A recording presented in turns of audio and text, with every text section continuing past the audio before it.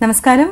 Ripple Tea Evening Hour powered by Lonisara Herbals, co-sponsored by Goodwin Jewellers, Lalita Jewellery and Kalashilingam University. Evening Hour in the Budhanazha in the Healthy Kid ആണ്. Healthy Kid ന്റെ ഈ എപ്പിസോഡിലേക്ക് എല്ലാ പ്രേക്ഷകർക്കും സ്വാഗതം. ഇന്നത്തെ healthy guide ചർച്ച ചെയ്യുന്ന വിഷയം കുട്ടികളിൽ കണ്ടുവരുന്ന പഠന വൈകല്യങ്ങൾ. ഇതേക്കുറിച്ച് നമ്മോട് കൂടുതൽ പറഞ്ഞു തരാനും നിങ്ങളുടെ സംശയങ്ങൾക്ക് മറുപടി തരുവാനും നമ്മോടൊപ്പം child psychologist consultant doctor Jameela K Warrier ഉണ്ട്. ഡോക്ടർ കെ എപ്പിസോഡിലേക്ക് സ്വാഗതം. നമ്മൾ ഇന്നെടുത്തിരിക്കുന്ന ഈ വിഷയം പഠന വൈകല്യങ്ങൾ എന്ന് പറയുന്നു. നമ്മളിപ്പോൾ സാധാരണയായി ഇന്നത്തെ തലമുറയിൽ, ചെറിയ തലമുറയിലെ കുട്ടികളിൽ ഒരുപാട് ബുദ്ധിമുട്ടുകൾ, പഠിച്ചു തുടങ്ങുന്ന സമയത്ത് പഠിക്കാനുള്ള ഒരു ബുദ്ധിമുട്ട്, അല്ലെങ്കിൽ സ്കൂളിൽ പോകാൻ മടി കാണിക്കുന്നു, വാശി പിടിച്ച് കരയുന്ന കുട്ടികൾ, അങ്ങനെ ചെറിയ ചെറിയ പ്രശ്നങ്ങൾ നാം കണ്ടുവരുന്നു. പഠന വൈകല്യങ്ങൾ എന്ന് നാം പറയുമ്പോൾ അതിൽ എന്തെല്ലാം ഉദ്ദേശിക്കുന്നു? അങ്ങനെ ഒരു ടോപ്പിക്കൽ പഠന വൈകല്യം പലതരത്തിലുണ്ട്. നമുക്ക് ചിലപ്പോൾ കാണാം നല്ല ബുദ്ധിപരമായിട്ട് നന്നായിട്ട് നിൽക്കുന്ന കുട്ടികൾ എല്ലാ കാര്യത്തിലും മിടുക്കരാണ്. എന്നാൽ ഒരു കാര്യം എഴുതുമ്പോഴോ വായിക്കാനോ കണക്ക് ചെയ്യാനോ മാത്രമുള്ള ബുദ്ധിമുട്ട് വരുന്നു. അതിനെ നമ്മൾ സ്പെസിഫിക് ലേണിംഗ് ഡിസബിലിറ്റീസ് എന്ന് പറയുന്നു. ഏതെങ്കിലും ഒരു വിഷയത്തിൽ, ബാക്കി എല്ലാത്തിലും മിടുക്കരായിരിക്കും. ബാക്കി എല്ലാ കാര്യങ്ങളിലും വളരെ ഓർഗനൈസ്ഡ് ആയിട്ടും എല്ലാം ചെയ്യാൻ പറ്റുന്ന ഒരു ഗ്രൂപ്പുണ്ട്. അവരെയാണ് നമ്മൾ സ്പെസിഫിക് ലേണിംഗ് ഡിസബിലിറ്റി എന്ന് പറയുന്നത്. എന്നാൽ വേറെ ബുദ്ധിപരമായിട്ട് താഴേക്ക് നിൽക്കുന്നതുകൊണ്ട് പഠനം ചിലപ്പം താഴേക്ക് പോവാം. ബുദ്ധിപരമായി കുട്ടിക്ക് മനസ്സിലാവുന്നില്ല ക്ലാസ്സിൽ പറയുന്ന കാര്യങ്ങൾ, അതുകൊണ്ട് പഠനം താഴേക്ക് പോവാം. വേറെ ഇപ്പം ക്ലാസ്സിൽ നിന്ന് വേണ്ട ശ്രദ്ധ കിട്ടാത്തത് കൊണ്ടും വേണ്ടത് മനസ്സിലാവുന്നില്ല, അതുകൊണ്ടും മാർക്ക് കുറയാനുള്ള റീസൺ ഉണ്ട്. വീട്ടിൽ വന്നാൽ പറ്റുന്നില്ല, വീട്ടിൽ വന്ന് വേണ്ടമാതിരി പഠിക്കാനുള്ള അവസരമില്ല, ആരും നോക്കുന്നില്ല, വേണ്ടമാതിരി ഒരു സ്റ്റിമുലേഷൻ ഇല്ലെങ്കിലും മാർക്ക് കുറയും. അതെല്ലാം ഒരു ജനറൽ ലേണിംഗ് ഡിസബിലിറ്റീസ്, ഒരു ലേണിംഗ് ഡിഫിക്കൽട്ടീസ് എന്ന് നമുക്ക് വേണമെങ്കിൽ പറയാം. ഡിസബിലിറ്റി എന്ന് പറയുമ്പോൾ ബുദ്ധിപരമായിട്ട് നന്നായിട്ടുണ്ടായിട്ടും എന്നിട്ടും എഴുതാനും വായിക്കാനും പറ്റായ്മയാണ് ലേണിംഗ് ഡിസബിലിറ്റി എന്ന് പറയും. ചിലപ്പോൾ ചോദിച്ചാൽ എല്ലാം നന്നായി പറയും, പക്ഷെ എഴുതാൻ പറയുമ്പോൾ മുഴുവനും സ്പെല്ലിംഗ് പ്രോബ്ലംസ് ഉണ്ടായിരിക്കും. വിചാരിക്കുന്ന കാര്യം അതേമാതിരി ഗ്രാമർ പാർട്ടിലും സെന്റൻസ് സ്ട്രക്ചേഴ്സും, നമുക്കൊരു കാര്യം എഴുതണമെങ്കിൽ, ഒരു ആശയം ഇതാക്കണമെങ്കിൽ ഒരു ഓർഗനൈസേഷൻ വേണം, അതൊന്നും തന്നെ ഉണ്ടാവില്ല. അപ്പോഴാണ് നമുക്ക് മാർക്കുകൾ, ടീച്ചറിനെ നോക്കുമ്പോൾ കുട്ടി ക്ലാസ്സിൽ ആക്റ്റീവ് ആണ്, എന്ത് ചോദിച്ചാലും പറയും, പക്ഷെ ആൻസർ പേപ്പർ കാണുമ്പോൾ അതിനൊന്നും എഴുതിയിട്ടുണ്ടാവില്ല. പാരന്റ്സിനും വളരെ ഇതാണ്, എന്ത് ചോദിച്ചാലും അറിയാമെന്ന് പറയും, പക്ഷെ എഴുതാനോ, അല്ലെങ്കിൽ ചിലപ്പോൾ ചില കുട്ടികൾക്കുണ്ട് വായിക്കാൻ മാത്രമുള്ള ബുദ്ധിമുട്ട്. ഒരു 3ാം ക്ലാസ് 4ാം ക്ലാസ് ആവുമ്പോൾ നമുക്ക് ജനറലി ഒരു ബോർഡ് കണ്ടാൽ വായിക്കാം എന്നുള്ളത് പറ്റണം എന്നുള്ളതാണ്. ഇങ്ങനത്തെ ലേണിംഗ് ഡിസബിലിറ്റി ഉള്ള ആൾക്കാർക്ക് അത് കണ്ടാൽ കൂട്ടി വായിക്കാൻ പറ്റുന്നുണ്ട്. അവര് വായിച്ച് കണ്ട് പഠിച്ച് കാണാതെ പഠിച്ചിട്ടില്ല. ഇപ്പൊ APP ആപ്പിൾ എന്നുള്ളത് ഏത് കുട്ടിയും എപ്പോ വിളിച്ച് പറഞ്ഞാലും വായിക്കാൻ പറ്റും. അതേ മാതിരത്തല്ലാതെ ഒറ്റയ്ക്ക് ഒരു പുതിയൊരു വാക്ക് കണ്ടാൽ വായിച്ചെടുക്കാൻ പറ്റില്ല. അതാണ് റീഡിംഗ് ഡിസബിലിറ്റി. ഓക്കെ, ഈ പഠന വൈകല്യങ്ങൾ ഇപ്പോൾ ഡോക്ടർ പറഞ്ഞ പോലെ പലതരത്തിൽ വായിക്കുന്നതും എഴുതുന്നതും സ്വഭാവത്തിലും ഒക്കെ വരുന്നു. ഇത് എങ്ങനെ തിരിച്ചറിയാൻ, അതായത് ഏത് പ്രായത്തിൽ, നമ്മളിപ്പോൾ കറക്റ്റായിട്ടൊരു പ്രായത്തിൽ തിരിച്ചറിഞ്ഞാൽ പെട്ടെന്ന് അത് മാറ്റിയെടുക്കാൻ പറ്റും എന്ന് പറയുന്നത് കൊണ്ട് എപ്പോൾ നമ്മളിത് കറക്റ്റായിട്ട് തിരിച്ചറിയണം? അത് ആദ്യം ഒരു കുട്ടി വർത്താനം പറയാൻ തുടങ്ങുന്ന സമയം തൊട്ടേ നമുക്ക് അതിൻ്റെ ഒരു സയൻസ് കാണിക്കാൻ തുടങ്ങാം. ചിലപ്പോൾ കുട്ടികൾ ലേറ്റായി വർത്താനം പറയുന്നു, അതതിൻ്റെ ഒരു സിംറ്റം ആവാം. കുറച്ചും കൂടി വലുതായി നഴ്സറി പോകാൻ തുടങ്ങി, അപ്പോൾ അക്ഷരങ്ങൾ പഠിക്കാനുള്ള താമസം,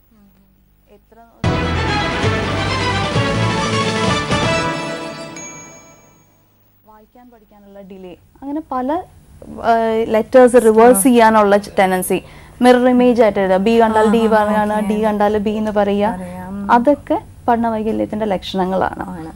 പക്ഷെ പലപ്പോഴും വളരെ വൈകിയാണ് പാരന്റ്സ് അതിനെ റെക്കഗ്നൈസ് ചെയ്യാറുള്ളത്.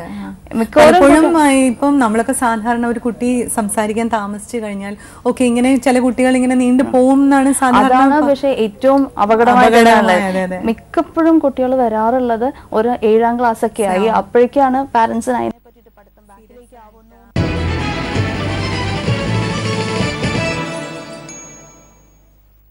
നേരെ ആയിക്കോളും, ചിലപ്പോൾ സ്കൂളിൽ നിന്നും അങ്ങനത്തെ ഒരു ഇതാണ്, ഇപ്പൊ ചെറുതല്ലേ വലുതാവുമ്പോ നേരെ ആയിക്കോളും എന്നുള്ളത്. പക്ഷെ ശരിക്കുമുള്ള ഒരു പഠന വൈകല്യം എന്ന് പറയുന്നത് ഒരു ന്യൂറോളജിക്കൽ ഡിസോർഡർ ആണ്. നമ്മുടെ ബ്രെയിനിന് സ്ട്രക്ചറലി വലിയ കുഴപ്പമില്ലെങ്കിലും അതിനകത്ത് ഉണ്ടാവുന്ന ന്യൂറോൺ കണക്ഷൻസിലൊക്കെ കുറച്ച് വ്യത്യാസങ്ങൾ ഉണ്ടാവും ഇങ്ങനത്തെ ഉള്ള കുട്ടികളുടെ ബ്രെയിനിൽ. അപ്പൊ റീഡിങ് ഏരിയയിലൊക്കെ കുറച്ചും കൂടി ഡെവലപ്മെന്റ് കുറവായിരിക്കാം. അപ്പൊ അങ്ങനെ ശരിക്കും ഒരു ലേണിംഗ് ഡിസബിലിറ്റി ഉള്ള കുട്ടികൾ ഒറ്റയ്ക്ക് വെറുതെ ഇരുന്നുകൊണ്ട് ഇംപ്രൂവ് ചെയ്യില്ല. അവർക്ക് അവരുടെ ഗൈഡൻസ് ആ ലെവൽ തൊട്ടുള്ള ട്രെയിനിങ് കൊണ്ട് മാത്രമേ അത് ഇംപ്രൂവ് ചെയ്യാൻ പറ്റുള്ളൂ. കോൾ കണക്ട് ആയിട്ടുണ്ട് ഡോക്ടർ. ഹലോ ഹലോ, ഈവനിങ് അവറിലേക്ക് സ്വാഗതം. ഹെൽത്തി കിഡ് ആണ് ഇന്നിവിടെ ചർച്ച ചെയ്യുന്ന പഠന വൈകല്യങ്ങൾ. ആരാ വിളിക്കുന്നത്? ഓക്കെ, ഡോക്ടർ കേൾക്കുന്നുണ്ടോ? പറഞ്ഞോളൂ. കേൾക്കുന്നുണ്ട്, പറഞ്ഞോളൂ. 2.5 വയസ്സ് കഴിഞ്ഞു. ഹലോ, പറഞ്ഞോളൂ, കേക്കാം. അപ്പം ഒരക്ഷരം വരുമ്പോ മാത്രം ഈ നമ്പർ ഇങ്ങനെ പറയുന്നു, വിട്ടുള്ള പോലെ ഇങ്ങനെ പറയുന്നു. ഒരു 3-4 പ്രാവശ്യം ഇതെന്ന് പറയുമ്പോ ഈ അങ്ങനെ പറയുന്നത്. ഓക്കെ, ഇപ്പൊ എത്ര ഒരക്ഷരം മാത്രമേ ഉള്ളൂ. ഓക്കെ, ബാക്കിയുള്ളതിനകത്തൊന്നും കുഴപ്പമില്ല. ബാക്കിയുള്ളതിനകത്തൊന്നും കുഴപ്പമില്ല. ടിവിയുടെ വോളിയം കട്ട് ചെയ്തിട്ട് സംസാരിക്കണം. ടിവിയുടെ വോളിയം കട്ട് ചെയ്തിട്ട് ഫോണിൽ ശ്രദ്ധിച്ച് സംസാരിക്കും, എന്നാലേ കേൾക്കാൻ കഴിയുള്ളൂ.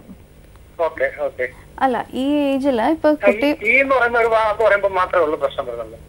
ബാക്കി ഫ്ലുവന്റ് ആയിട്ട് വർത്താനം പറയുന്നുണ്ട്. കുട്ടി വർത്താനം പറയുന്ന സ്പീഡ് എത്രത്തോളം ഉണ്ട്? വളരെ സ്പീഡിൽ വർത്താനം പറയുന്ന കുട്ടിയാണോ? കുറച്ച് സ്പീഡിലാ പറയുന്നത്. ഓക്കെ, അതുകൊണ്ടും അങ്ങനത്തെ ഒരു ചാൻസസ് ഉണ്ട്. കുറച്ചും കൂടി സ്പീഡ് കുറച്ച് വർത്താനം പറയാൻ. അതിന് നമ്മൾ കുട്ടിയുടെ അടുത്ത് വർത്താനം പറയുന്നതും മോഡൽ ചെയ്യണത് വളരെ പതുക്കെ നിർത്തി പറയാൻ നമ്മൾ കുട്ടി അത് കേട്ടാലേ തിരിച്ചും അതേമാതിരി സ്പീഡ് കുറച്ച് കുട്ടികൾക്ക് വർത്താനം പറയാൻ പറ്റുള്ളൂ. അപ്പോൾ തിരിച്ച് കുഞ്ഞിൻ്റെ അടുത്തും വളരെ പതുക്കെ നിർത്തി വർത്താനം പറയാൻ നോക്കുക.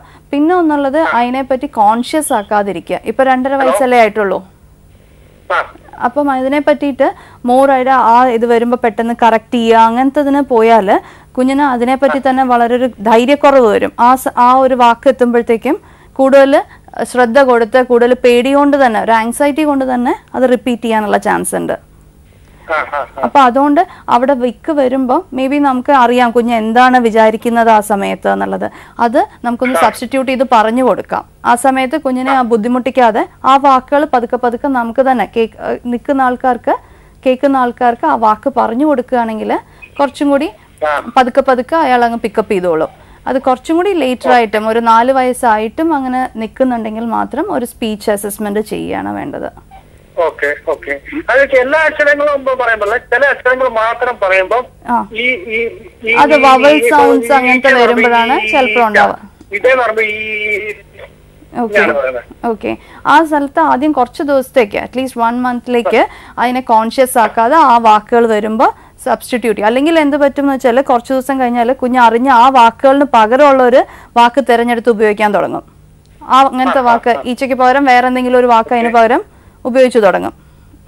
അതുകൊണ്ട് നമുക്ക് ആ വാക്ക് വരുമ്പോൾ പറ്റുന്നതും എന്താണ് കുഞ്ഞ് വിചാരിക്കുന്നത് അത് തന്നെ നമ്മൾ പറയാൻ തുടങ്ങുക, അയാളെ ബുദ്ധിമുട്ടിക്കാതെ. അങ്ങനെ ഒന്ന് ട്രൈ ചെയ്തിട്ട് ഓക്കെ.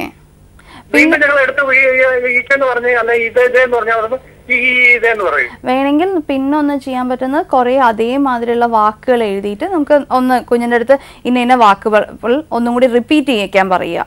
സെന്റൻസ് ആയിട്ട് പറയുമ്പോഴല്ലേ ഇങ്ങനെ ബുദ്ധിമുട്ട്. അപ്പൊ ഓരോ വാക്കുകള് ഈ വെച്ച് തുടങ്ങുന്നത്, ഇവിടെ, ഈച്ച, അങ്ങനത്തെ കുറെ വാക്കുകൾ നമ്മൾ ഒരുമിച്ച് വെറുതെ ഇരുന്ന് കുഞ്ഞിനെ ഇരുത്തി ഒന്ന് ആ വാക്കുകൾ മാത്രം റിപ്പീറ്റ് ചെയ്യാൻ പറയുക. സെന്റൻസിലല്ല, ഒരു വാക്കുകൾ മാത്രമായിട്ട്.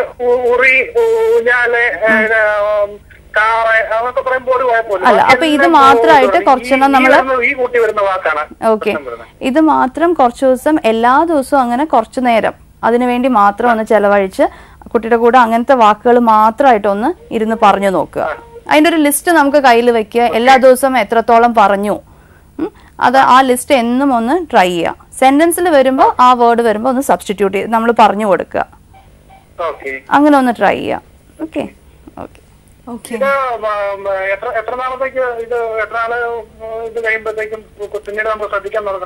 ഒരു 6 months കൂടി നോക്കാം എന്നുള്ളതുണ്ട്. 2.5 ആവുമ്പോൾ കുഞ്ഞ് ഇപ്പൊ 2 വാക്കിന്റെ സെന്റൻസ് ഒക്കെ പറഞ്ഞു തുടങ്ങുന്ന ഒരു ഏജ് ആണ്. അപ്പൊ ഒരു 3 വയസ്സ് വരെ നോക്കിയിട്ട് പിന്നെയും അത് നിൽക്കുന്നെങ്കിൽ മാത്രം ഒരു സ്പീച്ച് അസസ്മെന്റ് ചെയ്യുക. വരെ ഒന്ന് വെയിറ്റ് ചെയ്തോണ്ട് കുഴപ്പമില്ല. Thank you. ഇപ്പം നമ്മൾ സംസാരിച്ചുകൊണ്ടിരുന്നതും ഇങ്ങനെ കുട്ടികളുടെ സംസാരത്തിൽ വരുന്ന ബുദ്ധിമുട്ടുകൾ എഴുതാൻ അങ്ങനെ ഓരോരോ മേഖലയെ പറ്റിയാണ് സംസാരിച്ചുകൊണ്ടിരുന്നത്. അപ്പോൾ ഇപ്പോൾ ഈ കോളറിന്റെ സംശയം പോലെ ആ സംസാരിച്ച് തുടങ്ങുന്ന ഒരു സമയത്ത് ഉണ്ടാകുന്ന ബുദ്ധിമുട്ടുകൾക്ക് എന്തായിരിക്കും അതിനൊരു ഇപ്പം ട്രീറ്റ്മെന്റ് എന്ന് നമുക്ക് പറയാൻ പാടുണ്ടോ എന്ന് എനിക്കറിയില്ല, എങ്കിൽ പോലും ആ ഒരു ഗൈഡൻസ്, പ്രോപ്പർ ഗൈഡൻസ് എന്ന് പറയുന്നത് എന്തായിരിക്കും അവിടെ ചെയ്യുന്നത്? ഒരു വയസ്സാവുമ്പോൾ അറ്റ്ലീസ്റ്റ് ഒരു വാക്ക് എന്നുള്ളത് വെച്ച് തുടങ്ങണം. 2 വയസ്സാകുമ്പോൾ 2 word sentences, വെള്ളം വേണം അങ്ങനത്തെ കാര്യങ്ങളിലേക്ക് എത്തണം. പലപ്പോഴും നമ്മളുടെ ഇപ്പോൾ ഉള്ള സമൂഹത്തിൽ കാണുന്നത് ഒരു 2 വയസ്സാകുമ്പോൾ ശരിക്കും ഒരു കുട്ടി കമ്മ്യൂണിക്കേറ്റ് ചെയ്ത് തുടങ്ങണം. അങ്ങോട്ടുള്ള നമുക്ക് ലാംഗ്വേജിന് 2 പാർട്ടുണ്ട്. ഒരു റിസെപ്റ്റീവ് പാർട്ടുണ്ട്, അങ്ങോട്ട് പറഞ്ഞാൽ മനസ്സിലാവുന്നതും തിരിച്ച് പറയാൻ പറ്റുന്നതും. പറയാൻ മനസ്സിലാവുന്നത് ഇപ്പൊ ഒരു സെന്റൻസ് പറഞ്ഞു അവിടെ പോയി അത് എടുത്തുകൊണ്ട് വരൂ എന്ന് പറഞ്ഞാല് അത് മനസ്സിലാവുന്നുണ്ടാവാം, പക്ഷെ തിരിച്ചൊന്നും പറയാൻ പറ്റാത്തൊരു അവസ്ഥയുണ്ട്. അപ്പോൾ 2 വയസ്സായിട്ടും ഒരു വാക്കിലോ അതിനകത്ത് കുറവോ ആയിട്ട് നിൽക്കുകയാണെങ്കിൽ നമുക്ക് അതിനകത്ത് മോർ അറ്റൻഷൻ കൊടുക്കേണ്ട ഒരു ആവശ്യം തന്നെയാണ്. അതിനകത്ത് ചിലപ്പോഴും പറ്റാറുള്ളത് ഇപ്പം നമുക്ക് പുറത്തുനിന്നൊക്കെ വരുന്നവരിൽ മെജോറിറ്റി കുട്ടികൾക്കും ഇതേമാതിരി 3 വയസ്സായാലും സ്പീച്ച് ഡിലേ വളരെ കോമൺ ആണ്. അവരുടെ സിറ്റുവേഷൻ അമ്മ വർക്ക് ചെയ്യണോ അല്ലെങ്കിൽ എന്തെങ്കിലും ടിവിയുടെ മുമ്പിലാണ് മെജോറിറ്റി ഓഫ് ദ ടൈം. അപ്പൊ പലപ്പോഴും വരുന്ന കുട്ടികളുണ്ട് വർത്താനം പറയും, പക്ഷെ കാർട്ടൂൺ ക്യാരക്ടേഴ്സിന്റെ മാതിരി മാത്രം വർത്താനം പറയുന്ന ഇതുണ്ട്. അപ്പൊ സംസാരം കേൾക്കാത്തത് കൊണ്ടും സ്പീച്ച് ഡിലേ വളരെ കോമൺ ആണ്. അപ്പൊ അങ്ങനത്തെ പാരന്റ്സിനുള്ള ട്രെയിനിങ് ആണ് നമ്മൾ കൊടുക്കാറുള്ളത്. കുഞ്ഞിന്റെ കൂടെ സ്ഥിരമായിട്ട് വർത്താനം പറയുക, എങ്ങനെ അതിനെ ഓരോന്ന് ഇംപ്രൂവ് ചെയ്യണം എന്നുള്ളത്, പാരലൽ ടോക്ക്, അങ്ങനെ പല ടെക്നിക്സ് ഉണ്ട് നമുക്ക് സ്പീച്ച് ഡെവലപ്പ് ചെയ്തെടുക്കാൻ. ഇപ്പൊ കുഞ്ഞിന്റെ കൂടെ ഓരോ കാര്യം ചെയ്യുമ്പോൾ നമ്മൾ റണ്ണിങ് കമന്ററി മാതിരി തന്നെ വർത്താനം പറയാണ്. ഇപ്പം കൈ കൊടുക്കുന്നു, ഇപ്പൊ ഉടുപ്പ് ഊരുന്നു, കൈ പൊക്കുന്നു, എല്ലാത്തിനും നമ്മൾ അതിന്റെ കൂടെ കുഞ്ഞിന്റെ കൂടെ കുഞ്ഞ് തിരിച്ച് റിയാക്ട് ചെയ്യുന്നില്ല എന്ന് വെച്ചാൽ മിണ്ടാതിരിക്കുകയല്ല വേണ്ടത്. കേൾക്കുന്നതനുസരിച്ച് കുട്ടിയുടെ വൊക്കാബുലറി അറിയാതെ തന്നെ നമ്മൾ പറയുന്നത് കേട്ടിട്ട് ചിലപ്പോൾ പെട്ടെന്ന് ഒരു കോൺഫിഡൻസ് ലെവൽ എത്തുമ്പോഴായിരിക്കും കുട്ടി പറയാൻ തുടങ്ങുന്നത്. പക്ഷെ അവിടെ എവിടെയോ ബ്രെയിനിൽ അത് അവിടെ അടുത്ത് സ്റ്റോർ ചെയ്യാൻ തുടങ്ങുന്നുണ്ട്. അപ്പൊ മെയിൻലി കുട്ടിയുടെ അടുത്ത് കൂടെ ഇരുന്ന് വർത്താനം പറയാൻ തുടങ്ങിയാൽ തന്നെ കുറെ ചേഞ്ചസ് ഉണ്ടാവാം. അങ്ങനെ വർക്കിംഗ് മദേഴ്സ് പലരും നമ്മളുടെ ഇങ്ങനെ വളരെ ഇതായിട്ട് എന്നിട്ട് ജോലിയൊക്കെ കളഞ്ഞ ഒരു 4 മാസം കൂടെ ഇരുന്ന് കുട്ടിയുടെ കൂടെ വർത്താനം പറയാൻ പെട്ടെന്ന് എവിടെ നിന്നില്ലാതെ പെട്ടെന്ന് കുട്ടികൾ സംസാരിക്കാൻ തുടങ്ങുന്നു എന്നുള്ളത്. അപ്പൊ ഒരു സ്റ്റിമുലേഷൻ ഇല്ലായ്മ മെയിൻ ഒരു റീസൺ ആണ്. അപ്പം അടുത്ത കോൾ കണക്ട് ആയിട്ടുണ്ട്. ഹലോ ഹലോ ഹലോ ഹെൽത്തി കിഡിലേക്ക് സ്വാഗതം. ആരാണ് വിളിക്കുന്നത്? കോഴിക്കോട് നിന്നാണ്. ഡോക്ടർ അടുത്ത് ചോദിച്ചോളൂ. മോന്റെ കാര്യം പറയാനാണ്. മോന് 10 വയസ്സായി. ചെറുപ്പത്തില് പഠിക്കാൻ സ്കൂളിൽ പോയാൽ തന്നെ പുസ്തകമൊന്നും ബാഗൊന്നും താഴെ വെക്കില്ല. ബാഗൊക്കെ അവിടെ വെച്ച് വാതിലിന്റെ അവിടെ തന്നെ നിൽക്കും. തിന്നാനെന്തെങ്കിലും കൊടുത്തേച്ചാൽ അതൊക്കെ കൈമിനെ തിന്നും. പുസ്തകം എടുത്ത് പഠിക്കില്ല. ഒന്നും എല്ലാ കുരുത്തക്കേടും പോലെ നല്ലോണം കളിക്കാനറിയാം. പക്ഷെ പുസ്തകം എടുത്ത് പഠിക്കുന്ന കാര്യത്തിൽ എഴുതാനൊന്നും അറിയില്ല. ഇപ്പൊ പിന്നെ എല്ലാരും ഫുൾ പാസ്സായത് കൊണ്ട് 4ാം ക്ലാസ്സിൽ എത്തിച്ചത്. പക്ഷെ ഇപ്പൊ പഠിപ്പിനെ പറ്റിയിട്ടുള്ള യാതൊരു പരിപാടി ഇല്ല. പഠിക്കാനേ ഇഷ്ടമില്ല. ഇങ്ങനെ കളിക്കുക, കുരുത്തക്കേട് കളിക്കുക, എല്ലാ വേണ്ടാത്തത് തന്നെ കണ്ടുപഠിച്ച് നിൽക്കും. പക്ഷെ ഈ പുസ്തകം ഓന്റെ ഡ്യൂട്ടി ഓർക്കില്ല. അതാണ് എന്റെ മെയിൻ പ്രോബ്ലം. അതാണ് ഡോക്ടർ ഡോക്ടർ ഹൈപ്പർ ടെൻഷൻ അല്ല, അതിന് കുറച്ച് മരുന്നൊക്കെ കൊടുത്ത് കുറച്ചു കാലം കൊടുത്ത് ഞാൻ കൊടുത്തപ്പോ അമ്മയുടെ ഇംഗ്ലീഷ് മരുന്ന് കൊടുത്തപ്പോ ഭയങ്കര കടന്നു കൂടിയൊരു നിർത്തി. ആയുർവേദം കുറച്ച് കൊടുത്തു വെച്ച് എന്താന്നുള്ളത് ഹൈപ്പർ ടെൻഷൻ ഹോമിയോ കൊടുക്കണ്ട്. വലിയ വ്യത്യാസമൊന്നും കാണില്ല. സ്കൂളിൽ പോകും. അതിനകത്ത് ഇടയ്ക്കൊരു സംശയം ചോദിച്ചോട്ടെ, ഹൈപ്പർ ടെൻഷൻ ആണോ ഹൈപ്പർ ആക്ടിവിറ്റി ആണോ പിരിപിരിപ്പാണോ ഉള്ളത്? ഹൈപ്പർ ആക്ടിവിറ്റിക്കാണോ മരുന്ന് കൊടുത്തിട്ടുള്ളത്? കേൾക്കുന്നില്ല. ഹൈപ്പർ ആക്ടിവിറ്റിക്കാണോ മരുന്ന് കൊടുത്തത് അതോ ഹൈപ്പർ ടെൻഷൻ എന്നാണ് ഇപ്പൊ പറഞ്ഞത്. അപ്പൊ ഡോക്ടർ ചോദിക്കുകയാണ് ഹൈപ്പർ ആക്ടിവിറ്റി എന്നാണോ അന്ന് ഡോക്ടറിനെ കാണിച്ചപ്പോ പറഞ്ഞത്? ഹൈപ്പർ ടെൻഷൻ എന്നാണ് ഡോക്ടർ പറഞ്ഞത് കുട്ടിക്ക്. ഡോക്ടർ പറഞ്ഞ ഹൈപ്പർ ടെൻഷൻ എന്താ കുഞ്ഞ് ഒരുപാട് ഡോക്ടർമാരെ കുറെ ഹോമിയോ മരുന്ന് കൊടുത്തുകൊണ്ടിരിക്കുക. ഓക്കെ, എന്താണ് അതിനുള്ള സിംറ്റം? എന്താണ് ഹൈപ്പർ ടെൻഷൻ എന്ന് പറഞ്ഞാൽ? എന്താ സിംറ്റംസ് എന്താണ്? ഹലോ ഹലോ കേൾക്കുന്നുണ്ടോ? സിംറ്റം വെറുതെ ഇരിക്കില്ല. ഓക്കെ വെറുതെ ഇരിക്കില്ല, എന്തെങ്കിലുമൊക്കെ ചെയ്ത് എന്തെങ്കിലുമൊക്കെ കുഴപ്പമുണ്ടാക്കി. ഓക്കെ, അതപ്പോ ഹൈപ്പർ ആക്ടിവിറ്റി ആവാം. പരിപാടി ഇതാണ്. ഓക്കെ, അപ്പൊ അവിടെ ശ്രദ്ധ കേന്ദ്രീകരിക്കാനുള്ള ബുദ്ധിമുട്ട്, കുറച്ച് അവിടുത്തെ അടങ്ങിയിരിക്കാനുള്ള ബുദ്ധിമുട്ട്, അതെല്ലാം ഹൈപ്പർ ആക്ടിവിറ്റിയുടെ ലക്ഷണങ്ങളാണ്. ഹലോ, പറഞ്ഞോളൂ ഡോക്ടർ, കേൾക്കുന്നുണ്ടാവും ടി വി. ഹലോ ഹലോ പറയുന്നത് ഡോക്ടർ കേൾക്കുന്നുണ്ട്. അപ്പോൾ ശ്രദ്ധ കേന്ദ്രീകരിക്കാൻ പറ്റാത്തതുകൊണ്ട് തന്നെ പഠിത്തത്തിൽ ആദ്യം കുറച്ച് ബാക്കിലേക്ക് ആയിട്ടുണ്ടാവാം. ഇപ്പൊ ബാക്കി പഠിത്തം അല്ലാത്ത കാര്യങ്ങളിൽ ശ്രദ്ധിച്ചിരിക്കുന്നുണ്ടോ കുട്ടി? ഹലോ, അവിടെ ടി വിയിലാണോ ശ്രദ്ധ? അതുണ്ട്, പഠിത്തല്ലാത്ത കാര്യത്തിലൊക്കെ കുരുത്തക്കേട് കളിക്കാന് ടി വി കണ്ടിരിക്കും. പിന്നെ ആരും കാണാഞ്ഞാല് അല്ല എന്തെങ്കിലും വണ്ടിയൊക്കെ കണ്ടാൽ ആ വണ്ടിന്റെ പാർട്സൊക്കെ നോക്കുക. അല്ല, ഇപ്പൊ കുഞ്ഞിന് കുരുത്തക്കേട് ഉണ്ടാക്കാൻ പറ്റും, അതെല്ലാം ചെയ്യുന്നുണ്ട്. അതിലേ ഉള്ളൂ. ഓക്കെ, ആൻഡ് ഇപ്പൊ ഉള്ള കുട്ടിക്ക് അക്ഷരങ്ങൾ കണ്ടാൽ കൂട്ടി വായിക്കാൻ പറ്റുന്നുണ്ടോ? മലയാളമെങ്കിലും മലയാളത്തിലുള്ള ഒരു വാക്ക് കണ്ടാൽ വായിക്കുന്നുണ്ടോ? വായിക്കാനോ എഴുതാനോ? ചില അക്ഷരങ്ങളൊക്കെ പറയാം, പക്ഷെ അത്രേ ഉള്ളൂ. വായിക്കാനൊക്കെ വളരെ വായിക്കാനോ പുസ്തകത്തിൽ ഇരിക്കണ്ട. ഇല്ല, അപ്പൊ ആദ്യം വേണ്ടത് ഇനിയിപ്പോ 10 വയസ്സുള്ള ഒരു കുട്ടി 4ാം ക്ലാസ്സിലോ 5ാം ക്ലാസ്സിലോ പോകുമ്പോൾ ഉള്ളത് വളരെ വലിയ കാര്യങ്ങളാണ്. അവിടെ സയൻസും മാത്സും ഒക്കെ വളരെ ഇതായിട്ടാണ് പഠിക്കുന്നത്. ഇദ്ദേഹത്തിന് ഇപ്പം എഴുത്തും വായനയും അറിയണില്ലെങ്കിൽ നമുക്ക് ഏറ്റവും ആദ്യം ചെയ്യേണ്ടത് ബേസിക് ആയിട്ട് ആദ്യം ഏത് ലെവലിലാണ് കുഞ്ഞ് നിൽക്കുന്നത് അവിടെ തൊട്ടൊന്ന് പഠിപ്പിക്കാൻ നോക്കുക. അല്ലാതെ ഇപ്പൊ 4ാം ക്ലാസ്സിലത്തെ ടെക്സ്റ്റ് എടുത്ത് കുട്ടിയെടുത്ത് വായിക്കൂ എന്ന് പറഞ്ഞാല് അയാൾക്ക് ഒന്നും മനസ്സിലാവുന്നുണ്ടാവില്ല. അപ്പൊ അതിനു മുമ്പിൽ ഇരിക്കാൻ ഒട്ടും പറ്റില്ല, ശ്രദ്ധിക്കില്ല. അപ്പൊ ആദ്യം വായിക്കാൻ അറിഞ്ഞാലല്ലേ ബാക്കിയുള്ള. ചെറുപ്പത്തിലെ അപ്പം ചെറിയ ക്ലാസ്സിൽ പഠിക്കുമ്പോഴേ നമ്മള് അല്ല, ഇതിനകത്ത് ഇപ്പം മെഡിസിൻസ് കൊടുക്കുന്നുണ്ട്. അതിന്റെ കൂടെ നമുക്ക് എഡ്യൂക്കേഷൻ തെറപ്പി എന്നൊക്കെ പറഞ്ഞ് കുറച്ച് ട്രീറ്റ്മെന്റ് മെത്തേഡ്സ് ഉണ്ട്. അങ്ങനത്തെ എല്ലാം കൂടി ചെയ്താലേ നമുക്ക് പഠനവൈകല്യം മാറ്റാൻ പറ്റുള്ളൂ. ഇതിപ്പോ ഹൈപ്പർ ആക്ടിവിറ്റിയും ലേണിംഗ് ഡിസബിലിറ്റിയും എല്ലാം കൂടി ഉണ്ടെന്നാണ് തോന്നുന്നത്. അപ്പൊ ആരെങ്കിലും ഒന്ന് കാണിച്ചിട്ട് നമുക്കൊരു ഹലോ പറഞ്ഞോളൂ. കുറച്ചൊരു എഡ്യൂക്കേഷൻ തെറപ്പിയും എന്നുള്ളതൊരു തെറപ്പി മെത്തേഡ് ഉണ്ട്. അപ്പൊ ആ ലെവലിൽ നിന്ന് കുട്ടിയെ അക്ഷരങ്ങൾ തൊട്ട് പഠിപ്പിച്ചെടുത്താല് കുട്ടിക്ക് പതുക്കെ പതുക്കെ അതിനകത്തേക്ക് ഇൻട്രസ്റ്റ് വരും. ഒരു കാര്യം അറിഞ്ഞാലേ കുറച്ചൊക്കെ താല്പര്യം കാണിക്കുള്ളൂ. ഇപ്പൊ ഒന്നും അറിയാത്തോണ്ട് ഒട്ടും താല്പര്യം കാണിക്കാതെ നടക്കുകയാണ്. അപ്പൊ താല്പര്യം ഉണ്ടാക്കിയെടുക്കാൻ ആദ്യം എന്തെങ്കിലും അറിയണം. അപ്പൊ ആദ്യത്തെ ലെവല് തൊട്ട് ഇപ്പൊ കുട്ടി 4ാം ക്ലാസ്സിലായിക്കോട്ടെ, പക്ഷെ എന്നാലും 1ാം ക്ലാസ്സിന്റെ ലെവലിലുള്ളത് തൊട്ട് പഠിപ്പിക്കാൻ തുടങ്ങുക. ഹലോ, നമ്മള് ചെറുപ്പത്തിലെ ഇത് കണ്ടെത്തിക്കണേ. ചെറുപ്പത്തിലെ ചെറിയ കുട്ടിയാകുമ്പോഴേ നമ്മള് ഈ സംഭവം കണ്ടെത്തിക്കണേ. ഓക്കെ, പക്ഷെ ഒരുപാട് കുറെ അവിടെ കാണിച്ചു ഇങ്ങനെ ചെയ്തോണ്ടായിരിക്കും അല്ല മരുന്ന് കൊണ്ട് ഒരു സ്ഥലത്ത് തന്നെ കാണിക്കാനുള്ള ഒരു ഇത് നമുക്ക് പറ്റി. അല്ല, മരുന്ന് കൊണ്ട് ശ്രദ്ധ കൂട്ടാൻ പറ്റും. പക്ഷെ ശ്രദ്ധ കൂടി നിൽക്കുന്ന സമയത്ത് വേണ്ട കാര്യങ്ങളും കൂടി ഉള്ളിലേക്ക് എത്തണ്ടേ നമുക്ക്? അതിനുള്ളൊരു അവസരം ഉണ്ടായിരുന്നില്ല എന്ന് തോന്നുന്നു. മരുന്ന് കൊണ്ട് മാത്രം അത് മാറില്ല. പഠിക്കാനുള്ള കഴിവ് മരുന്ന് കൊണ്ട് മാത്രം എത്തില്ല. പഠിക്കാനുള്ള ഇതിനെ പഠിപ്പിച്ചാലേ അത് എത്തുള്ളൂ. അപ്പൊ ശ്രദ്ധ ഉള്ളപ്പോൾ പഠിപ്പിക്കുക എന്നുള്ളതാണ്. മരുന്ന് കൊണ്ട് ഉദ്ദേശിക്കുന്നത് കുറച്ചു നേരം അടങ്ങിയിരിക്കുക. ആ സമയം കൊണ്ട് നമുക്ക് പറയേണ്ട കാര്യങ്ങൾ ശ്രദ്ധിക്കും. അല്ലെങ്കിൽ കുട്ടിക്ക് ശ്രദ്ധയെ നിൽക്കുന്നില്ല. 1 മിനിറ്റ് ഇരിക്കുമ്പോഴേക്കും അയാൾ അവിടെ ഇവിടെ നോക്കുന്നു, പെൻസിൽ 10 പ്രാവശ്യം താഴെ ഇടുന്നു, അങ്ങനത്തെ ബഹളാവും. അപ്പൊ മരുന്ന് കൊണ്ട് ആകെ കൂടി ചെയ്യാൻ പറ്റുന്ന കുഞ്ഞിന്റെ ശ്രദ്ധ കുറച്ചു നേരം നിലനിർത്താൻ പറ്റും. ആ സമയത്ത് പഠിപ്പിക്കുകയും കൂടി ചെയ്താൽ ഇംപ്രൂവ്മെന്റ് ഉണ്ടാവാൻ പറ്റും. ഓക്കെ, അപ്പോ താങ്ക് യു. അപ്പൊ ഡോക്ടർ, ഇതിപ്പോ എനിക്കൊന്ന് വളരെയധികം താമസിച്ചു പോയി അല്ലേ? 10 വയസ്സെന്ന് പറയുമ്പോ. പക്ഷെ അത് ഇപ്പോഴെങ്കിലും ചെയ്തില്ലെങ്കിൽ ഉണ്ടാവുന്നത് ഇനി ഉണ്ടാവാൻ പോകുന്ന ബിഹേവിയറൽ ഇഷ്യൂസ് ആണ്.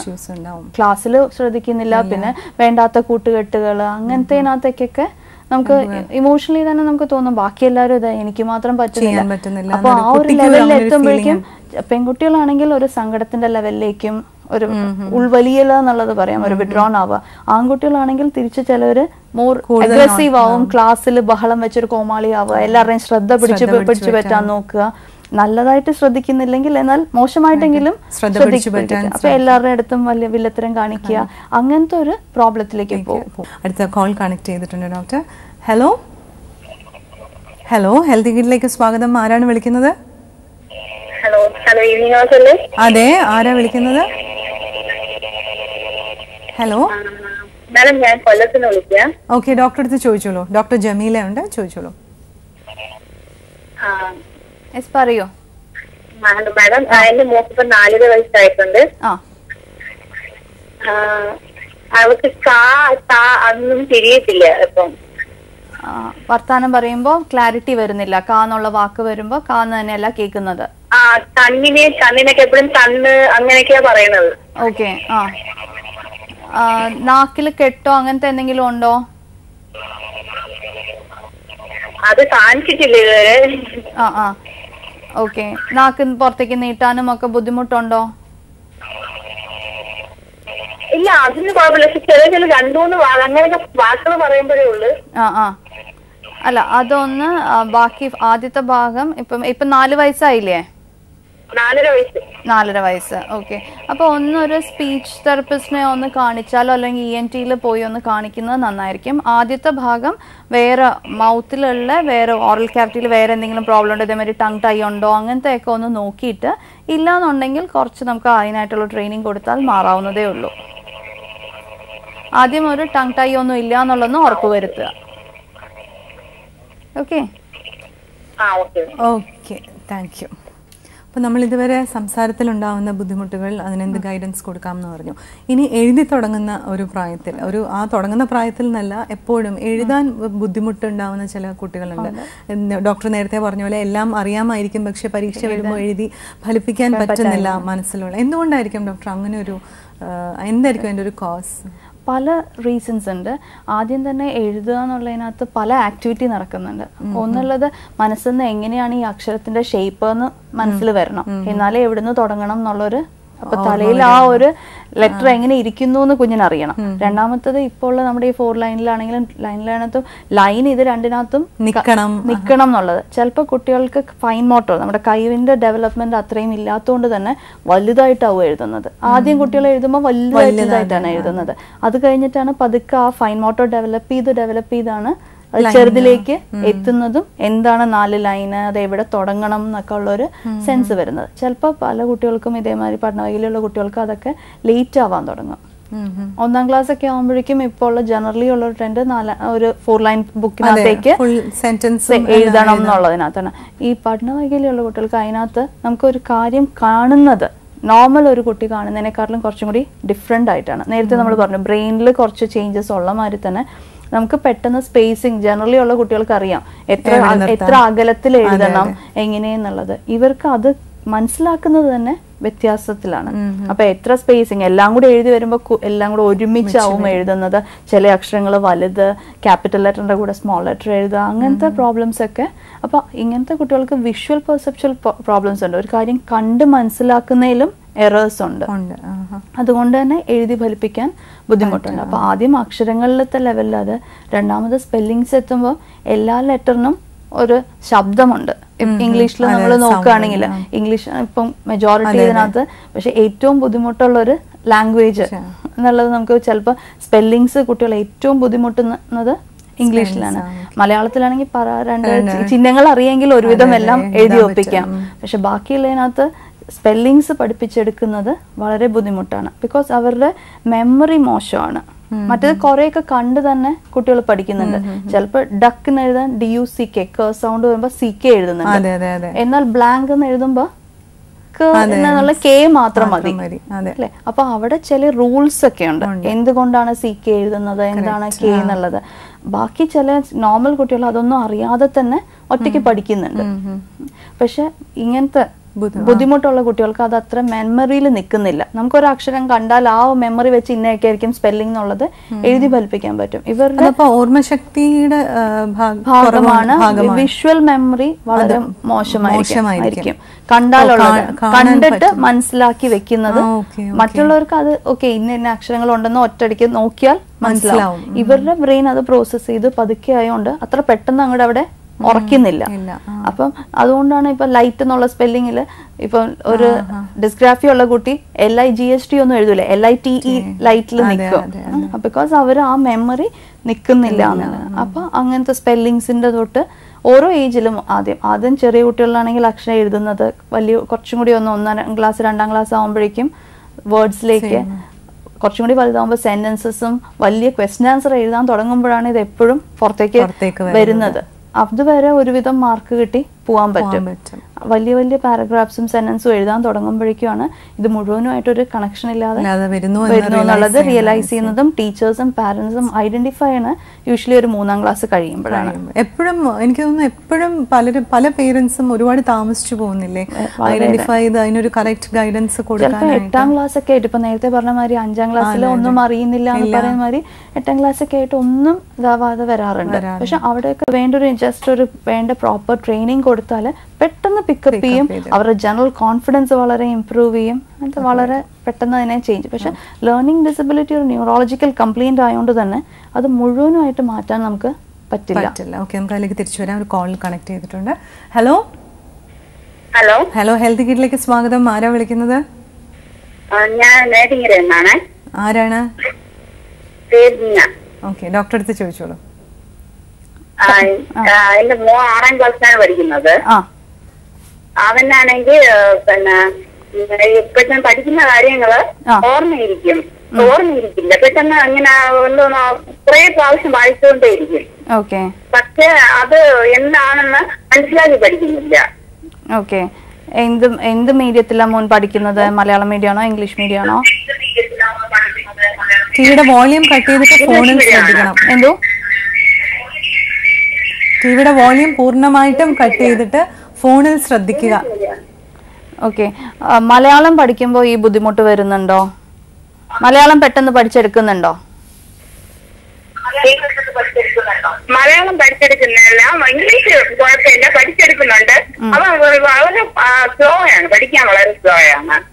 വായിച്ച കാര്യങ്ങൾ കുഞ്ഞിന് മനസ്സിലാവുന്നുണ്ടോ എന്ന് ചെക്ക് ചെയ്യുന്നുണ്ടോ? വെറുതെ വാക്കുകൾ വെറുതെ കാണാതെ പഠിക്കുകയാണോ? എങ്ങനെയാണ് അത് പഠിക്കുന്നത് എന്നുള്ളത് നോക്കാറുണ്ടോ? ഒരു കാര്യം ക്വസ്റ്റ്യൻ ആൻസർ പഠിച്ചു, അത് എന്താന്ന് ഒന്ന് പറഞ്ഞു തരുമെന്ന് ചോദിച്ചാൽ മലയാളത്തിൽ പറഞ്ഞു തരാൻ പറ്റുന്നുണ്ടോ?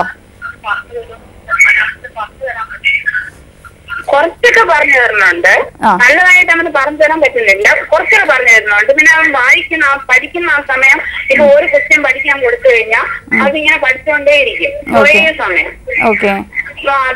അതിങ്ങനെ ഇവിടെ പറയുന്നത് അവര് ടിവിയിൽ കേൾക്കുന്നുണ്ട്. ഹലോ ഹലോ ഹലോ ടിവിയുടെ വോളിയം ഒന്ന് കട്ട് ചെയ്യാമോ? അവിടുത്തെ ടിവിയുടെ വോളിയം എന്നിട്ട് സംസാരിക്കൂ. അപ്പൊ അങ്ങോട്ടും ഇങ്ങോട്ടും ക്ലിയർ ആയിട്ട് കേൾക്കാൻ സാധിക്കും.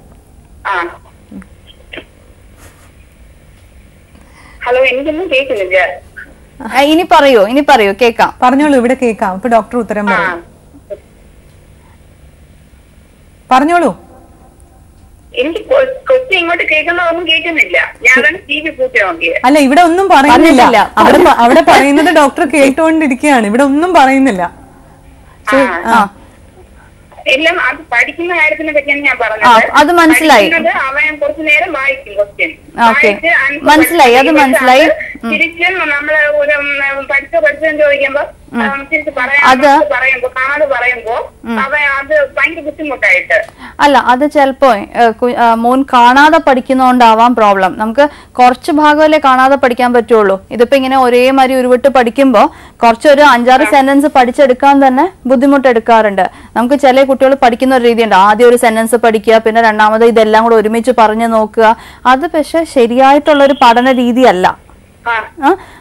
അതിനെക്കാട്ടിലും അതിനകത്തുള്ള കണ്ടന്റ് എന്താണ്, നമുക്ക് അതിനകത്തുനിന്നുള്ള വിവരം അറിയാനല്ലേ പഠിക്കുന്നത്. അപ്പൊ അത് അറിയാൻ വേണ്ടിയിട്ട് കുറച്ചും കൂടി വേറെ രീതിയിൽ കൂടി ആ ഓരോന്നിനകത്ത് ഓരോ പാസേജിലുള്ള പോയിന്റ് എന്താന്ന് ഐഡന്റിഫൈ ചെയ്യാന്, അതിനകത്ത് എന്താന്നുള്ളത് അങ്ങനത്തെ വേറെ രീതിയിൽ കൂടി പഠിച്ചാൽ ചിലപ്പോൾ ഇത്രയും സമയം മെനക്കെടേണ്ടി വരില്ല. കാര്യം മനസ്സിലാവുകയും ചെയ്യും. മറ്റേത് ഇതിപ്പോ കുറച്ച് സെന്റൻസസ് വെറുതെ ഇംഗ്ലീഷിൽ കുറെ സെന്റൻസ് പഠിച്ചിട്ട് അടുത്ത പരീക്ഷയ്ക്ക് ചോദിക്കുമ്പോൾ അല്ലെങ്കിൽ 2 ദിവസം കഴിഞ്ഞ് ചോദിച്ചാൽ ഒന്നും അറിയണ്ടാവില്ല. പറഞ്ഞു കൊടുക്കുന്നുണ്ട്. ഓരോ സെന്റൻസ് ആയിട്ട് വായിച്ച് മീനിങ് പറഞ്ഞു കൊടുത്താണ് അവനെ പഠിപ്പിക്കുന്നത്. ഓരോ സെന്റൻസ് ആയിട്ട് വായിച്ച് മീനിങ് എല്ലാം പറഞ്ഞു കൊടുക്കുന്നുണ്ട്. എന്താണെന്നുള്ള കാര്യം എല്ലാം പറഞ്ഞു കൊടുക്കുന്നുണ്ട്. വായിച്ച് പിന്നെ തിരിച്ച് പഠിക്കാൻ കൊടുക്കുമ്പോഴാണ് അത് പഠിച്ചിട്ട് കുറെ സമയം എടുക്കും. അല്ല, അതിനകത്ത് ഒറ്റയ്ക്കുള്ള സെന്റൻസിലേക്ക് എഴുതാനുള്ള സ്കിൽസ് ആദ്യം ഉണ്ടാക്കിയെടുക്കുക. അതേമാതിരി എഴുതണം എന്ന് നിർബന്ധം പിടിക്കാതിരിക്കുക. അതേ ക്വസ്റ്റ്യൻ ആൻസർ അതേമാതിരി എഴുതി കാണിക്കണം എന്നുള്ളതിനെക്കാട്ടിലും മനസ്സിലായത് സ്വന്തം ഭാഷയിലേക്ക് എഴുതാൻ പറയൂ. അപ്പൊ ഇത്രയും സമയം എടുക്കേണ്ടി വരില്ല. അതായിരിക്കാം മെയിൻലി ഇത്രയും ടൈം എടുക്കുന്നതിന്റെ റീസൺ കൂടുതൽ കാണാതെ പഠിക്കാൻ ശ്രമിക്കുന്നതാവാം. ആ രീതി ഒന്ന് മാറ്റിയിട്ട് വേറെ കുറച്ചും കൂടി എന്താണെന്ന് മനസ്സിലാക്കിയത് കുറച്ച് നമുക്ക് എഴുതാനും അങ്ങനത്തെ കുറച്ച് വിഷ്വൽ ഓർഗനൈസേഴ്സ് എന്നൊക്കെ പറഞ്ഞ കുറച്ച് കാര്യങ്ങളുണ്ട്. നമുക്ക് എളുപ്പത്തിൽ പഠിക്കാൻ പറ്റുന്ന കാര്യങ്ങൾ, പോയിന്റ് എഴുതി പഠിക്കുക, അങ്ങനത്തതൊക്കെ വെച്ച് പഠിപ്പിക്കാൻ ശ്രമിക്കുക. ഈ രീതി മാറ്റി നോക്കുക. Okay, thank you. അപ്പോൾ നമ്മൾ റൈറ്റിങ്ങിനെ പറ്റിയിട്ടാണ് പറഞ്ഞുകൊണ്ടിരുന്നത്. അതിന്റെ കറക്ഷൻ എങ്ങനെയാണ്, അതിന്റെ ഒരു ഗൈഡൻസ് വരുന്നത് എങ്ങനെയാണ്, അതിന്റെ ഒരു രീതി എങ്ങനെ മാറ്റിയെടുക്കാം പാരന്റ്സിനെ? ആദ്യം ഇപ്പൊ നമ്മൾ പറഞ്ഞു ഫൈൻ മോട്ടോർ സ്കിൽസ് ഇല്ല. അപ്പൊ മിക്കവരും പറ്റുന്നത് എന്താ, ചെറിയ കുട്ടിയാവുമ്പോ തന്നെ ആദ്യം തന്നെ ABCD എഴുതിപ്പിക്കാൻ തുടങ്ങും. ഒരു 3 വയസ്സ് 4 വയസ്സാവുന്നതിന് മുമ്പ് തന്നെ ഫസ്റ്റ് പാർട്ട് ABCD എഴുതുക. അതിനേക്കാട്ടിലും കുഞ്ഞിന്റെ കൈ ഡെവലപ്പ് ചെയ്യാനുള്ള കാര്യങ്ങളുണ്ട്, കളറിങ് അങ്ങനത്തെ വെച്ചിട്ട് കൈന്റെ മസിൽസ് ഡെവലപ്പ് ചെയ്ത് ഇത്ര ഉള്ളിൽ ഒരു കളറിന് ഒരു ലൈനിന്റെ ഉള്ളിൽ നിർത്തുക എന്നുള്ളൊരു കാര്യമുണ്ട്. അങ്ങനെ എഴുതാൻ ആ പ്രീ റൈറ്റിംഗ് സ്കിൽസ് എത്തിച്ചിട്ട് വേണം ബാക്കിയുള്ള ലെവലിലേക്ക് പോവാം. പ്രീ റൈറ്റിംഗ് സ്കിൽസ് എത്തിക്കാൻ വേണ്ടിയിട്ട് നമുക്ക് അതേമാതിരി സിസേഴ്സ് വെച്ചിട്ട് കട്ട് ചെയ്യിപ്പിക്കുക, 2 വിരൽ ഒരുമിച്ച് എങ്ങനെ മൂവ് ചെയ്യണം, ഒരു സാധനം എങ്ങനെ ടൈറ്റ് ആയിട്ട് പിടിക്കണം, ഈ സ്കില്ലൊന്നും ഇല്ലാതെ പെൻസിൽ വെടിപ്പിച്ച് എഴുതിപ്പിക്കാൻ നോക്കിയാൽ വളരെ ബുദ്ധിമുട്ടാവും. അപ്പൊ ആദ്യം അതിനേക്കാളും വലിയ പെൻസിൽസ് വെച്ചിട്ട് നമ്മൾ വലിയ തിക്ക് ക്രയോൺസ് വെച്ചിട്ട് എഴുതാൻ തുടങ്ങുക. അപ്പോൾ ഗ്രിപ്പ് കുറച്ചും കൂടെ നേരെയാവും. ഗ്രിപ്പ് നേരെയാവാതെ എഴുതുന്നതും പിന്നെ ഒരു പ്രോബ്ലം ആണ്. വേറെ രീതിയിൽ ട്രൈപോഡ് ഗ്രിപ്പിൽ പിടിക്കാതെ എങ്ങനെയെങ്കിലും ഒക്കെ പിടിച്ചെഴുതുന്ന രീതിയുണ്ട്, എവിടുന്ന് തുടങ്ങണം എന്ന് എഴുതാൻ അറിയാതെ. അപ്പൊ ആ പ്രീ റൈറ്റിംഗ് സ്കിൽസ് എത്തിക്കാതെ റൈറ്റിംഗിലേക്ക് പോയാൽ കുട്ടിക്ക് ഒരു ബന്ധവും ഇല്ലാതെ ഇതാക്കും. സോ അത് ഏറ്റവും ചെറിയ ലെവലിൽ അവിടുന്ന് തുടങ്ങുക. കുറച്ചും കൂടി ഹയർ ലെവലാകുമ്പോഴേക്കും സ്പെല്ലിങ്സിന് ഇതേമാതിരി ഫോണറ്റിക്സ് ബേസിസിൽ വെച്ച് പഠിപ്പിക്കാൻ പറ്റിയാൽ കുറച്ചും കൂടി അത് ഹെൽപ്ഫുൾ ആവും. എല്ലാ വാക്കുകളും നമുക്ക് ഈ പഠിക്കുന്ന വാക്കുകളെല്ലാം നമുക്ക് കാണാതെ പഠിക്കാൻ പറ്റില്ല. മറ്റേത് സൗണ്ട് വെച്ചിട്ട് അങ്ങനെയാണ് നമുക്ക് സ്പെല്ലിങ്സ് ഏറ്റവും എളുപ്പമാക്കാൻ പറ്റുന്നത്. എസ്പെഷ്യലി ഈ പഠനവൈകല്യമുള്ള കുട്ടികൾക്ക് ഇതേമാതിരി മെമ്മറി കുറവായതുകൊണ്ട് എല്ലാം ഇത് മുഴുവനും പറ്റില്ല. അപ്പൊ അതിനുള്ള ചില സ്ട്രാറ്റജീസ്, ചില ടെക്നിക്സ് പഠിപ്പിച്ചാൽ അവർക്കത് കുറച്ചും കൂടി ഈസി ആയിട്ട് ചെയ്തു പോകാൻ പറ്റും.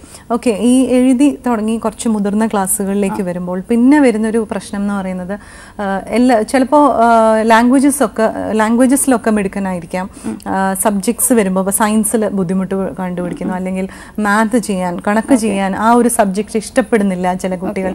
അങ്ങനെയൊക്കെ വരുമ്പോൾ അതിനെ എങ്ങനെയാണ് ടാക്കിൾ ചെയ്യാൻ പറ്റുന്നത്? മാത്സ് ബാക്കിയെല്ലാം ലാംഗ്വേജ് നമുക്ക് ഒരുമിച്ച് പോവാം, നല്ലത്. ഇംഗ്ലീഷ് അറിയാൻ അല്ല, ചില കുട്ടികൾ ഇംഗ്ലീഷ് നല്ലോണം എഴുതുകയും പഠിക്കുകയും ചെയ്യുന്ന കുട്ടികൾ ചിലപ്പോൾ മലയാളം അക്ഷരം എഴുതാൻ വളരെ ബുദ്ധിമുട്ടും, അല്ലെങ്കിൽ അത് വേണ്ട എന്ന് അതിൽ ഇൻട്രസ്റ്റ് ലെവൽ ഒരു കാര്യമുണ്ട്. പിന്നെ ബാക്കി മാത്സിന്റെ സൈഡിൽ പറയുന്ന ഒരു എൻറ്റയർലി ഡിഫറെന്റ് ഒരു ഇതാണ്. മാത്സ് സ്കിൽസ് ഡിസ്കാൽക്കുലിയ എന്ന് പറഞ്ഞ തന്നെ ഒരു കണ്ടീഷനുണ്ട്. നമുക്ക് എത്ര പറഞ്ഞാലും മാത്സിന്റെ ഫാക്ട്സ് തലയിലേക്ക് എത്തുന്നില്ല. ആ മാത്സിന്റെ ബ്രെയിൻ ഏരിയ വെരി ചുങ്ങിയിരിക്കുകയാണ്. നമുക്ക് എത്ര ഇതാക്കിയാലും ബേസിക് ഇപ്പൊ അങ്ങനത്തെ ആൾക്കാർ ഒരു കടയിൽ പോയിട്ട് ബാലൻസ് പോലും അത് വലുതായാലും അത് അതേമാതിരി തന്നെ നിൽക്കും. പക്ഷെ അതൊരു വൈകല്യം എന്ന് തിരിച്ചറിഞ്ഞ് ഇപ്പൊ പല സ്കൂൾസുകളും അതിന് മാത്സ് ഒഴിവാക്കിയിട്ടുള്ള കരിക്കുലം തന്നെ ഉണ്ട്. ഇപ്പം ലേണിംഗ് ഡിസബിലിറ്റിനെ അത് എനിക്ക് തോന്നുന്നു ഡോക്ടർ, അതൊരു ലേണിംഗ് ഡിസബിലിറ്റി എന്ന് പറയുന്ന ലെവലിലുള്ള കുട്ടികൾക്ക് മാത്രമേ അങ്ങനെ ഒരു ഓപ്ഷൻ കിട്ടുന്നുള്ളൂ.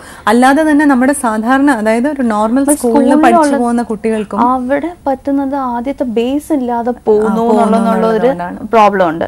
എന്താണ് നമ്പർ കോൺസെപ്റ്റ്സിനെ പറ്റിയിട്ട് അറിയാതെ വെറുതെ ഇങ്ങനെയാണ് ഇത് എന്തുകൊണ്ട് അങ്ങനെ ചെയ്യുന്നു എന്നുള്ളതിനെ പറ്റിയിട്ട് ആലോചിക്കുന്നില്ല.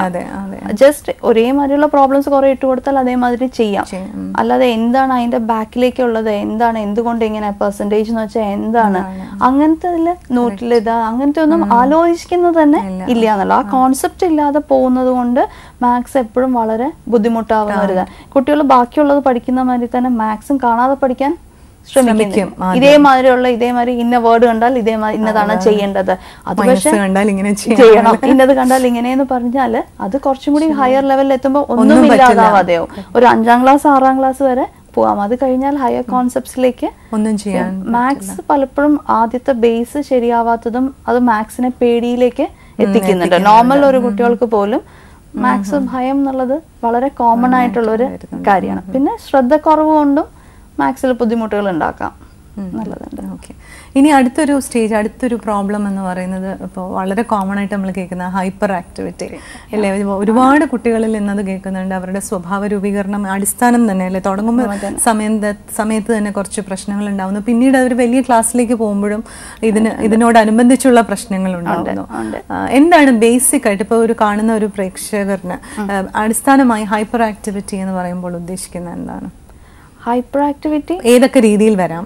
ഓക്കെ, ഹൈപ്പർ ആക്ടിവിറ്റി ചിലപ്പം ഇപ്പോൾ ഉള്ള മെജോറിറ്റി കുട്ടികൾക്ക് കാണുന്നുണ്ട്. ഒന്ന് ഇരുന്ന് കിട്ടാനുള്ള ഒരു ഇരിക്കില്ല, ഓടി നടക്കുക, എല്ലായിടത്തും ഒന്നിനകത്തും ശ്രദ്ധിക്കില്ല. പക്ഷെ അതിനെ ഒരു അസുഖത്തിന്റെ ലെവലിലേക്ക് പോകണമെങ്കിൽ അത് ഇപ്പൊ ADHD എന്ന് പറഞ്ഞൊരു കണ്ടീഷൻ ഉണ്ട്, attention deficit hyper activity disorder എന്ന് പറഞ്ഞാൽ ഒരു കണ്ടീഷൻ, ഒരു അസുഖം എന്നുള്ള ലെവലിൽ നമുക്ക് പോകണമെങ്കിൽ ഈ ഹൈപ്പർ ആക്ടിവിറ്റി കൊണ്ട് ബാക്കി എല്ലാ ലെവലിലും, ദാറ്റ് ഈസ് സാമൂഹികമായ ലെവലിൽ കുട്ടികളുടെ അടുത്ത് പോയി അടി ഉണ്ടാക്കുന്നു, അവരുടെ ഉപദ്രവിക്കുന്നു, അപ്പൊ കുട്ടികളുമായിട്ട് ചേർന്ന് പോകാൻ പറ്റായ്മ, വേറെ അക്കാഡമിക് ലെവലിൽ ബുദ്ധിമുട്ടുകൾ, വേണ്ടമാതിരി നോട്ട്സ് കംപ്ലീറ്റ് ചെയ്യുന്നില്ല, വേണമെങ്കിൽ ക്ലാസ്സിൽ എക്സാംസ് ആണെങ്കിൽ പോലും അവിടെ ശ്രദ്ധിക്കുന്നില്ല, അയാൾ അങ്ങോട്ടും ഇങ്ങോട്ടും നോക്കി എക്സാമിന് പോലും കംപ്ലീറ്റ് ചെയ്യാൻ പറ്റായ്മ. അപ്പൊ അക്കാഡമിക്കലി ആണെങ്കിലും പേഴ്സണൽ കാര്യത്തിലാണെങ്കിലും എല്ലാം ഇതുകൊണ്ട് എന്തെങ്കിലും ബുദ്ധിമുട്ടുണ്ടാവുകയാണെങ്കിൽ നമുക്കൊരു അസുഖത്തിന്റെ ലെവലിലെന്ന് പറയാം.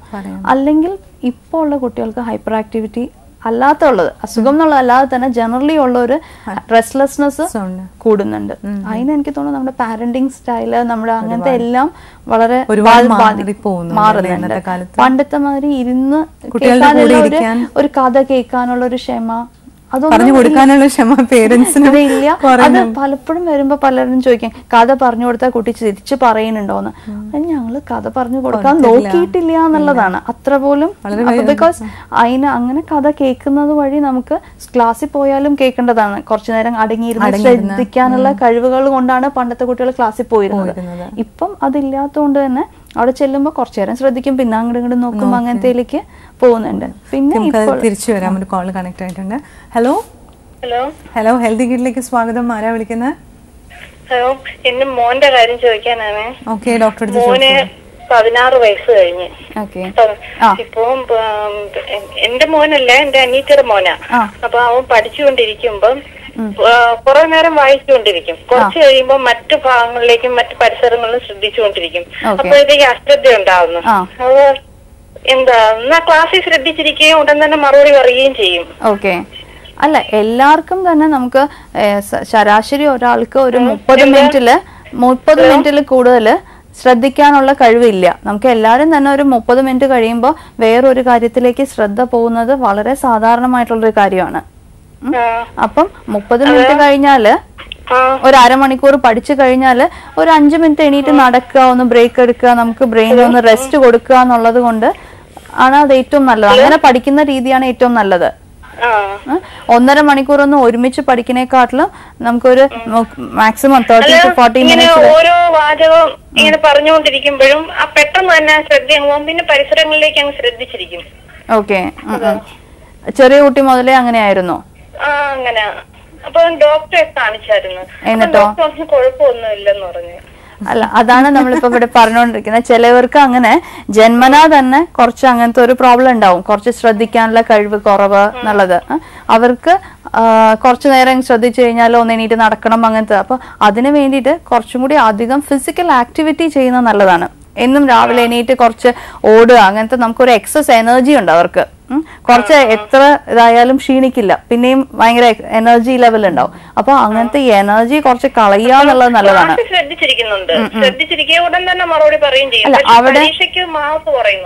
അല്ല, അവിടെ ക്ലാസ്സിൽ ശ്രദ്ധിക്കാന്ന് പറഞ്ഞാൽ, അല്ലെങ്കിൽ ഇപ്പൊ ഒറ്റയ്ക്ക് പിടിച്ചിരുത്തി പഠിപ്പിക്കുകയാണെങ്കിലും ശ്രദ്ധിക്കാൻ പറ്റും. ഒരാളും കൂടെ ഇരുന്നാല് നമുക്ക് ശ്രദ്ധ അതിനകത്തേക്ക് എത്തിക്കാൻ പറ്റും. ഒറ്റയ്ക്ക് വിടുമ്പോ അങ്ങ് അയാളുടെ ഓൺ വേൾഡിലേക്ക് പോവാണ് പറ്റുന്നത്, അല്ലേ?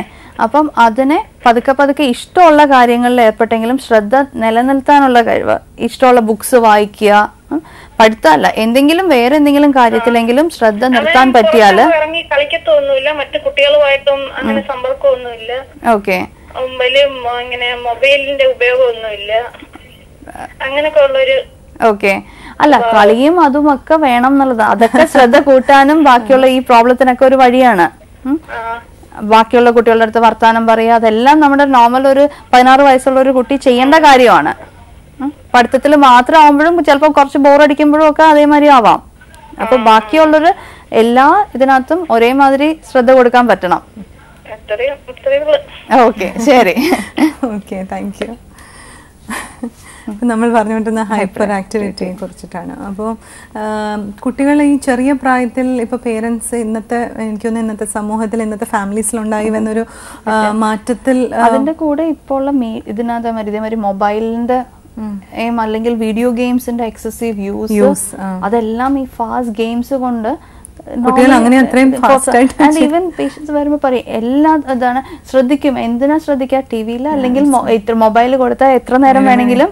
അപ്പൊ ചെറിയ കുട്ടികൾ തൊട്ട് 3 വയസ്സ് തൊട്ടുള്ള കുട്ടികൾ അതിനകത്ത് ഗെയിംസിനകത്തേക്ക് ഇതാവുന്നുണ്ട്. അപ്പൊ ആ ഫാസ്റ്റ് ഇതിനകത്തേക്ക് പോകുമ്പോ ജനറലി ഒന്നിനകത്തേക്ക് ശ്രദ്ധിക്കാനുള്ള കഴിവാണ് മാറിപ്പോകുന്നത്. അവർ ആക്ടിവിറ്റീസ് എല്ലാം ഒന്നിനു പുറകെ ഒന്ന് ഇത്രയും ഫാസ്റ്റ് ആയിട്ട് വരുന്നതാണ് നമ്മുടെ കാർട്ടൂൺസും ഒക്കെ. ഒരു കോൾ കണക്ട് ആയിട്ടുണ്ട് doctor. Hello hello, healthy kid, ആരാ വിളിക്കുന്നത്? ഞാൻ കൊല്ലത്തുനിന്ന് വിളിക്കുകയാണ്. ഡോക്ടർ അടുത്ത് ചോദിച്ചോളൂ. പറയോ? ആ, പറയോ. എന്റെ മോന് വേണ്ടിയിട്ട് ഞാൻ വിളിക്കുകയാണ്. മോൻ 7ാം സ്റ്റാൻഡേർഡിലാണ് പഠിക്കുന്നത്. ഓക്കെ. അയാളാണെങ്കിൽ പഠിപ്പിച്ചുകൊണ്ടിരിക്കുന്ന സമയത്ത് പല രീതിയിൽ ഇങ്ങനെ ശ്രദ്ധിച്ചുകൊണ്ടിരിക്കുന്നതേ ഉള്ളൂ. കാര്യങ്ങൾ ശ്രദ്ധിക്കാറില്ല. പിന്നെ അയാൾക്ക് പഠിക്കാൻ മാത്രം, ബാക്കിയുള്ള കാര്യങ്ങളൊക്കെ ചെയ്യുന്നതിന് ബുദ്ധിമുട്ടില്ല. പഠിക്കുന്ന കാര്യങ്ങൾ മാത്രം ചെയ്യുമ്പോ അയാൾക്ക് ബുദ്ധിമുട്ടാണ്. ഓക്കെ. വേറെ വായിക്കുന്നൊക്കെ ഉണ്ടോ? പഠിക്കുന്ന കാര്യം അല്ലാത്ത ബുക്സ് ഒക്കെ കുറച്ചു നേരം ഇരുന്ന് കഥ ബുക്കാണെങ്കിൽ വായിക്കാൻ പറ്റുന്നുണ്ടോ? വായിക്കാൻ പറ്റുന്നുണ്ട്. പഠിക്കുന്ന കാര്യത്തിൽ മാത്രം കുറച്ചു നേരം കഴിയും. നല്ല താല്പര്യമുണ്ട്, നല്ലതായിട്ട് മാത്സ് ചെയ്യാറുണ്ട്. അതിനകത്തൊന്നും അശ്രദ്ധയൊന്നും ഉണ്ടാവാറില്ല. എന്തായിരുന്നു? കേട്ടില്ല, ഒന്നും കൂടി പറയാമോ? അവസാനം വായിക്കാനായിട്ടേ ബുദ്ധിമുട്ടുണ്ട്. ഓക്കെ. എത്ര വയസ്സായി? ഇപ്പൊ 13 വയസ്സാവുന്നുണ്ട്. അപ്പൊ ആദ്യം തൊട്ടേ മലയാളമൊക്കെ പഠിക്കുന്ന കുട്ടിയാണോ? ആദ്യം തൊട്ടേ അത് പ്ലേ ക്ലാസ് തൊട്ടേ പഠിക്കാൻ ഞാൻ വിടുന്നുണ്ട്. അന്ന് തൊട്ടേ അങ്ങനെ അക്ഷരങ്ങളൊക്കെ കണ്ടു പഠിച്ചു വരാൻ ബുദ്ധിമുട്ടായിരുന്നു. അപ്പം ഇപ്പൊ പറഞ്ഞു വന്നത് ലാംഗ്വേജസ് പാട് മാത്സ് മിടുക്കനായിട്ട് ചെയ്യുന്നു എന്നുള്ളതാണോ? ബാക്കി ഇംഗ്ലീഷും മലയാളവും ഒക്കെ വായിക്കാനും എഴുതാനും പാട്, മാത്സിനകത്ത് നന്നായിട്ട് ചെയ്യുന്നു. പക്ഷെ ഇപ്പൊ ഒരു വാക്ക് എഴുതി തെറ്റിച്ചു, നമ്മൾ അതിനെ ഒന്ന് കറക്റ്റ് ചെയ്യൂ, ഇതല്ല ഇത് തെറ്റാണെന്ന് പറഞ്ഞാല് കുഞ്ഞിന് അതിനകത്ത് ശ്രദ്ധിച്ചാൽ അത് ഒറ്റയ്ക്ക് കറക്റ്റ് ചെയ്ത് തരാൻ പറ്റുന്നുണ്ടോ? ഇതാണ് തെറ്റ്, അയ്യോ മാറിപ്പോയി എന്ന് പറഞ്ഞിട്ട് മാറ്റി എഴുതി കറക്റ്റ് ചെയ്ത് തരാൻ പറ്റുന്നുണ്ടോ? അപ്പം അത് ശ്രദ്ധക്കുറവ് മാത്രമാണ്. വായിക്കാൻ അറിയായ്മയാണോ അത് ശ്രദ്ധിക്കാതെ നമ്മൾ ഒരു വാക്കിന്റെ തുടക്കം കാണുമ്പോഴേ വെറുതെ സബ്സ്റ്റിറ്റ്യൂട്ട് ചെയ്ത് വായിച്ചു പോവുകയാണോ?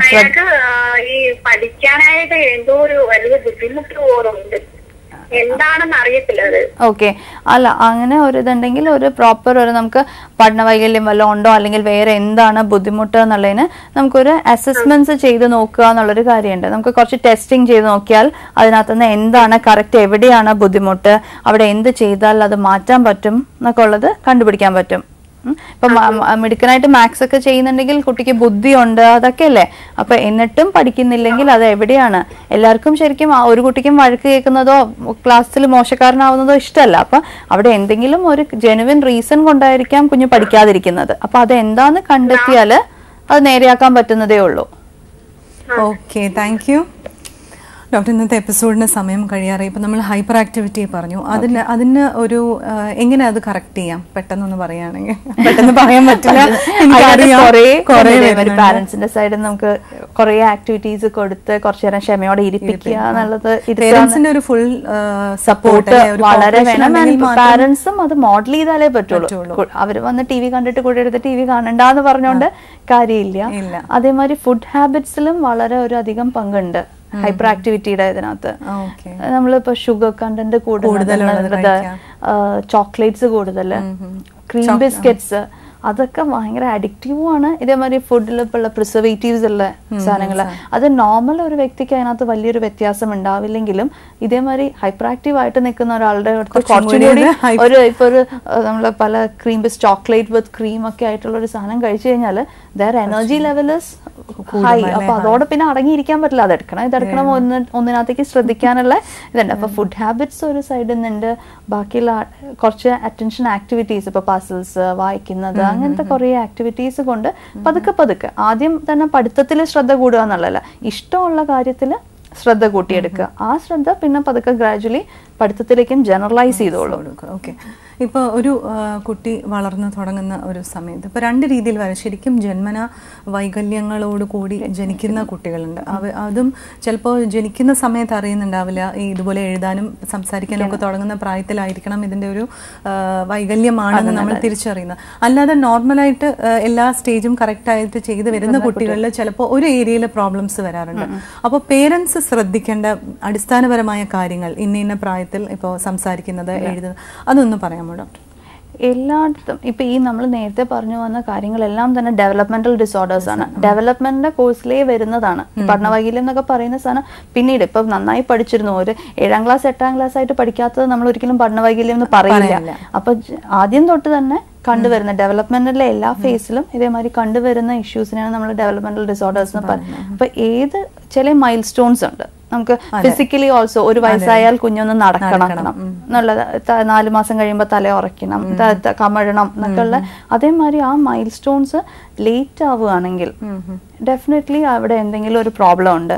അത് ഏറ്റവും ഏർലിയെ തന്നെ നോക്കി കറക്റ്റ് ചെയ്യാണ് ഏറ്റവും അത്യാവശ്യം.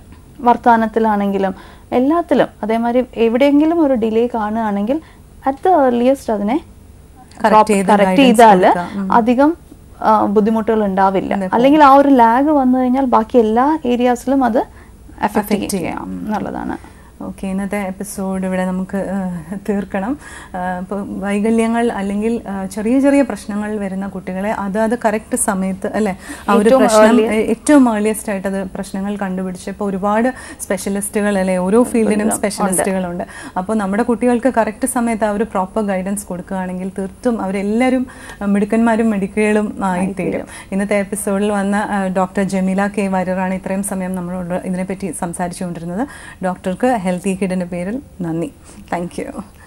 ഹെൽത്തി കിഡ് ഇവിടെ അവസാനിക്കുന്നു. Ripple tea evening hour powered by ലോണിസറ herbals, co sponsored by Goodwin jewellers, Lalitha jewellery and Kalashalingam യൂണിവേഴ്സിറ്റിയിലെ ഇന്നത്തെ ഹെൽത്തി കിഡ് നമ്മൾ ഇന്നിവിടെ ചർച്ച ചെയ്തത് പഠന വൈകല്യങ്ങളെ കുറിച്ചിട്ടാണ്. ഇന്നത്തെ എപ്പിസോഡ് പൂർത്തിയാവുന്നു. വീണ്ടും ഹെൽത്തി കിഡിലൂടെ കാണാം അടുത്ത ആഴ്ച.